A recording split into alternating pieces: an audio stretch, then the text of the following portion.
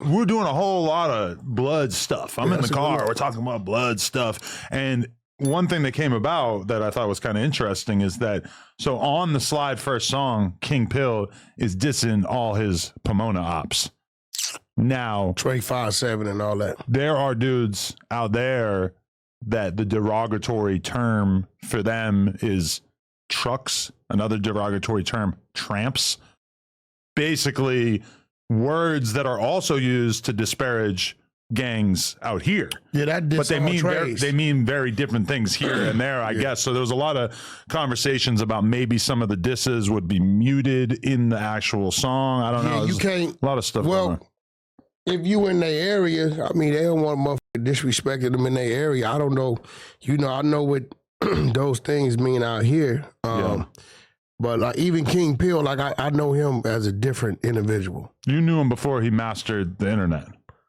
I knew him when he was trying to, when he's first making his attempts. I never met him personally, but he paid me to work his stuff on my page. Very nice guy. Very cool dude. I like King Pill a lot. He was a total different guy. Oh, yeah? He's coming out here in a couple of weeks. Would you like to have him on this podcast? I think that we should probably do that. Who? King Pill. You and King Pill. Nah, I don't know him. Why? I got to sit back, see what's going on. But he bangs the P like yourself. Nah, well, that ain't. Here goes the thing. When he, I don't know what he bang. I can't say where he from, where he ain't from. He is from 456 Island Pyro. Call it 45 Bigs. Oh. I did a lot of time. Shout out to Don Don. Did a lot of time with them dudes in prison. Some solid homies over there. They the last neighborhood of LA County. They are, huh? Because I was thinking that's so far away to LA County. It's LA County. Okay. So you got Pomona on that side. You got Long Beach down below, because next is Orange County. After them is San Bernardino County. And then it goes way up to like Lancaster and shit.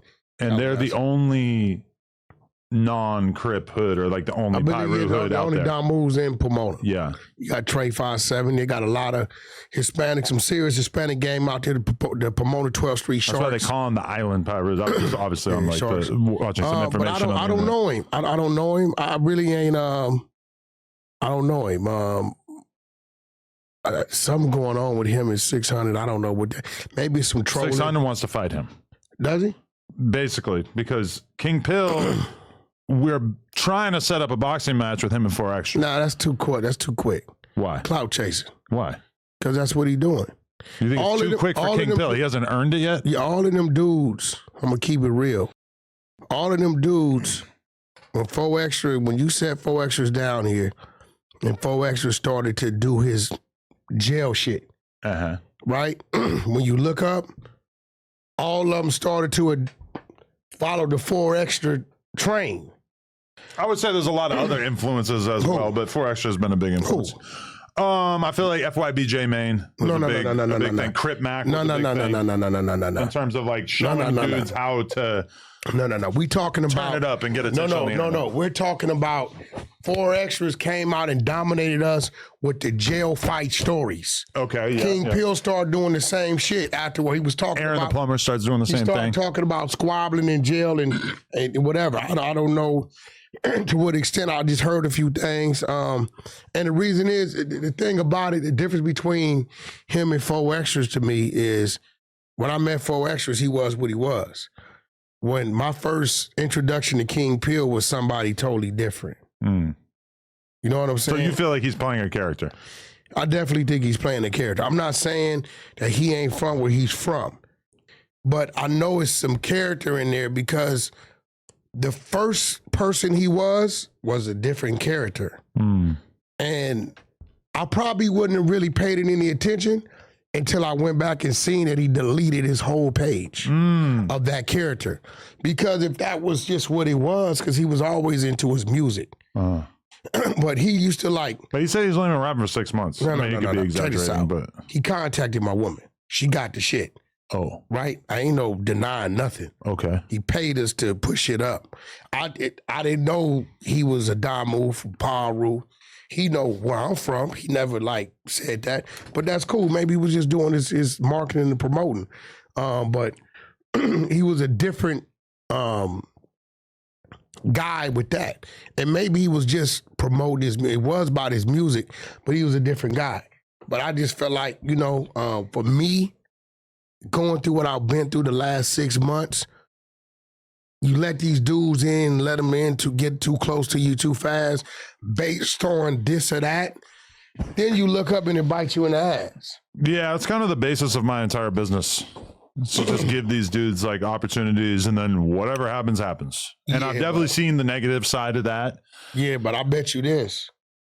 You ain't seen me do that. That's not what Look what you did with Loose Cannon.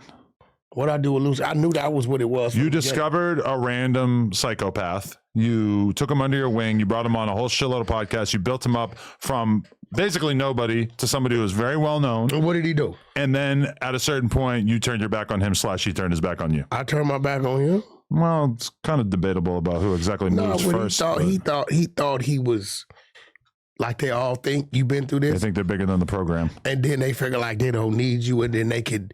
Right, then they realized that the light only hit you because you was on the side of me. Yeah, I still have never really had a host who really like became bigger than me or the platform itself after leaving. Yeah, no, exactly. You know, and it's probably not gonna never happen. Like I know Brandon Schaub is a comedian who has like a similar type of thing at a certain point where he was bringing in all these different hosts and stuff, and like one of them was Theo Vaughn. Theo Vaughn leaves, becomes one of the biggest comedians in the world.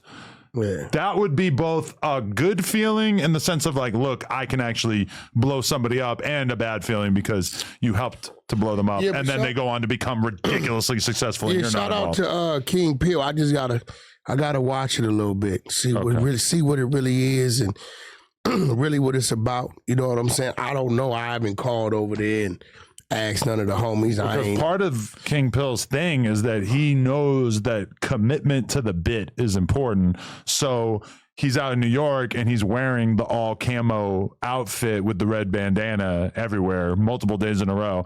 And then finally on the last day, he comes through and he's wearing like a Prada fit or some shit. And I'm like, okay. I've hung out with you long enough that you've actually given up on wearing the same outfit every day, which I honestly think is pretty smart in terms of building an image in people's minds. Yeah, like I will say this, from where he came from, what he was trying to do, I guess maybe it wasn't working for him.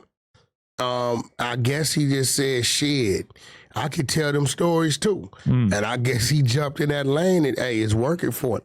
You know, continue to do what you do. No disrespect, but I gotta really like get a feel for people that I'm sitting with now, especially because I know once we sit with them, I know what it's going to do for them. And really, you know, it's kind of like these days you look up and find yourself and you can identify with this empowering and building your own op. Yep. Done that many times.